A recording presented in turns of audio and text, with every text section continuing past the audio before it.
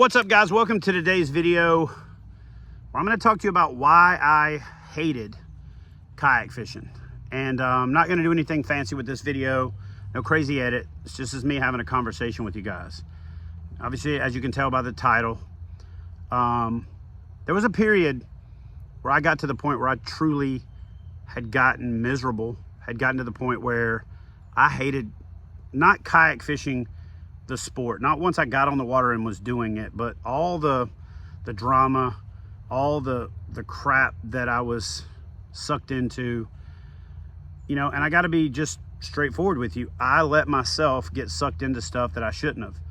I let the earworm of the vocal minority get into my head. And you know, historically I haven't done that. But when you have health issues and you have relationship issues and your overall confidence and your overall well-being is lowered, you're more susceptible to things that you wouldn't be susceptible to before. And so, yeah, so for about 3 years, I got to the point where I loathed doing what I do when I'm legitimately one of the most, if not the most blessed people in the sport. And I just couldn't see all that because I was so hyper focused on the crap that I shouldn't have been. And I think to a certain extent that had a really big effect on my mindset. My demeanor wasn't as funny as I used to be. I wasn't as outgoing as I used to be. Probably contributed significantly to the demise of my marriage, or they both played off of each other or whatever. But I went to Indiana this weekend, and I was at the Indy Sports Boat Travel RV Turkey Deer Expo show, and I needed it. Right out of the gate for 2023, we had a great shoot in Florida. The guys from the 10 smashed it. I caught some really good fish on one of the lakes down there. We went from there over to Bienville Plantation, had an amazing fishing trip, got some great content, went over to Clay County, Florida, got some great content. And then on the way home, Austin's trying to edit, and both of the hard drives crash. So now we're 2 weeks into trying to get that hardware, that content recovered, and I'm wanting all this stuff to be being released. And 2-3 years ago, this would have triggered me to the point that I would have spun out over it. It would have caused me more problems. But, you know, it's 72 degrees here in Huntsville, Alabama today. I'm back home. I'm getting my gear ready. I'm getting fired up. I'm about to get out and start doing it up again. So I just look at it like this. If that content doesn't get resolved and it doesn't get saved, I just got to lean into it and fish harder. I've just got to figure out how to overcome it. And I'm not going to get myself so psyched out that it turns into a domino effect. And I think a lot of times that's what we do. We spin out, whether it's catching fish, whether it's losing fish, whether it's not catching fish. And so it's funny that I give this advice in seminars all the time. When somebody loses a big fish, I tell them, don't lose your confidence, because you did everything right but the fight, right? You lost a big fish, but you had the right cadence, the right color, the right presentation, the right time, the right everything.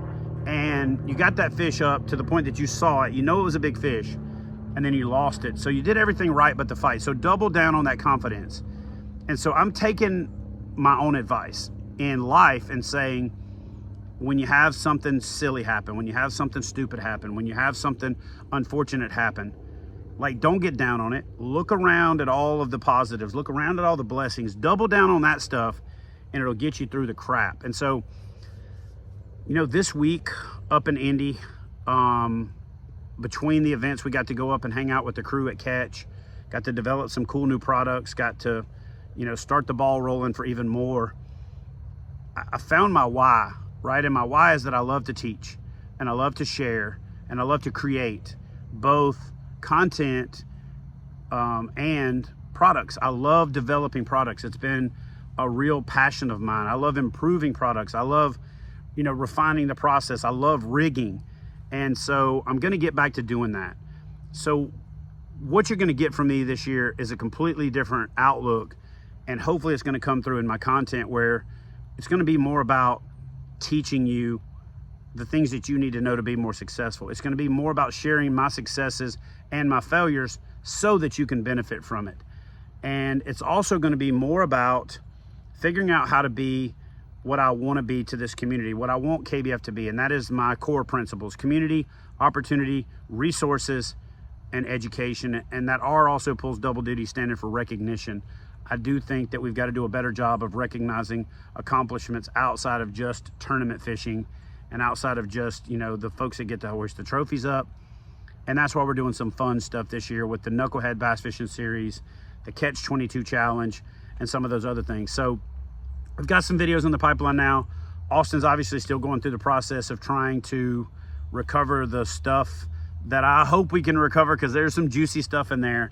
But right out of the gate, we're about to start setting the KBF headquarters up here so that we have a rigging clinic there, so that we have the ability to, you know, teach. We're about to start having get-togethers here at Ditto Landing, you know, weekly or bi-weekly kayak fishing 101 or advanced kayak fishing or seasonal progression, teaching people how to fish and doing it live and in person, and not just through YouTube, but at the same time taking that content and putting it out there. I've done this seminar series for now going on 5 years just at Indy, but I've been doing it for close to 15 years, and I've never actually done any of them and most of the content for them on my YouTube channel. So it's like, dude, what is wrong with you? So I've got a new wind in my sails. I've got a new fire lit, and it's weird. It took a couple of real hard years to make me realize how blessed I am. It took me a couple of really big, almost falling flat on my face type scenarios to look up and appreciate what I have in y'all, which is the best community, family, and group of supporters that a grown-ass man could ask for. And I hope I can be that back to you guys. So if you get to the point where there's something in your life that you really love that somehow starts to turn into something you hate, back up from it.